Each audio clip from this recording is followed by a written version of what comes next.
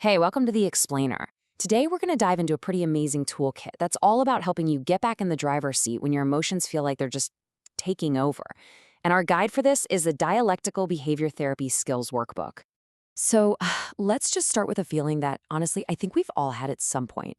That feeling where your emotions are so huge, so overwhelming, it's like they've completely hijacked your brain and are just steering you right into a storm. And in that moment, when everything feels like it's just too much, what do we do? Well, a lot of us just grab onto the first thing we can find, anything that feels like it might keep us afloat.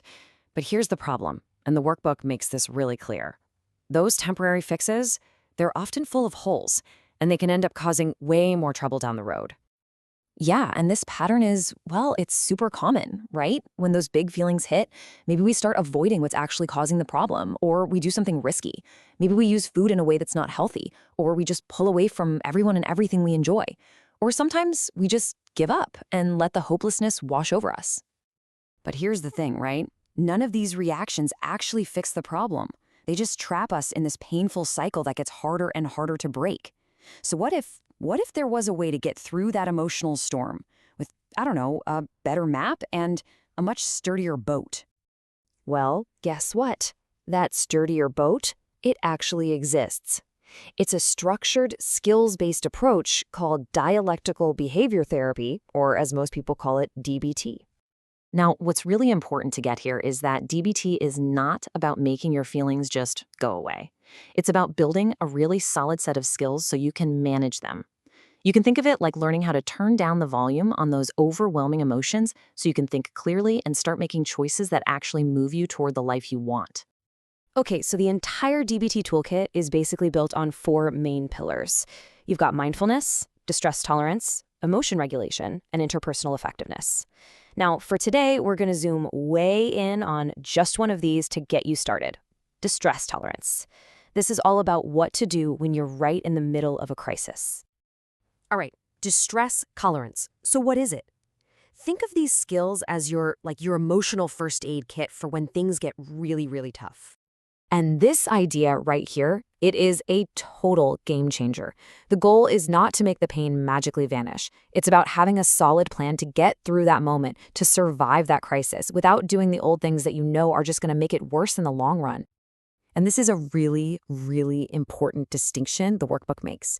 Using a skill like distracting yourself for a little while is not the same thing as avoidance. Distraction is like calling a strategic timeout. You're stepping away to cool off, but you fully intend to come back and deal with it later. Avoidance, that's just pretending the problem doesn't exist, which, as we know, only lets it get bigger. So to actually put this into practice, the workbook gives us this super simple, really easy to remember acronym. The next time you feel that emotional wave just about to crash, the very first thing you can do is take a rest. Okay, so let's break this down. The R is for relax. You start with your body. Take a few slow, deep breaths to just calm that physical fight or flight feeling. Then, E is for evaluate. Once your body is a little calmer, you just look at the facts. What is actually happening right now? Next is S for set an intention.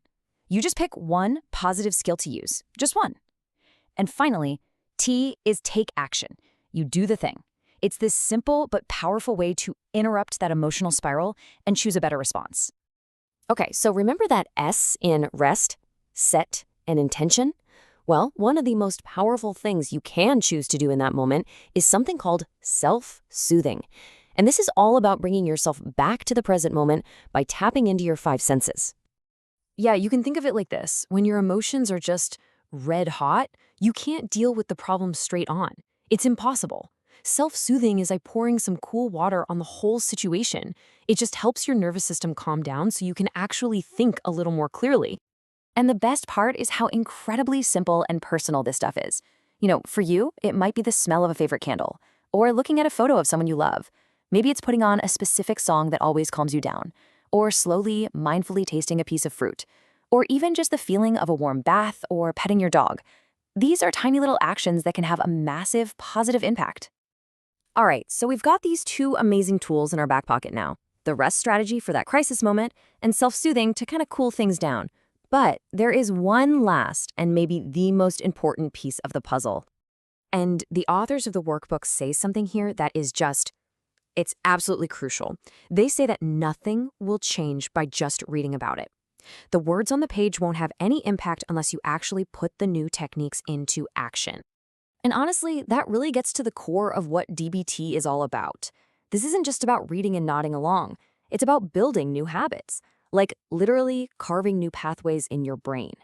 Every single time you feel that urge to react and instead you choose to rest, you are making that new pathway stronger. You're building that muscle. So, we want to leave you with this question. This wasn't just about learning something new today. It's about giving you a tool you can actually use. So think about it.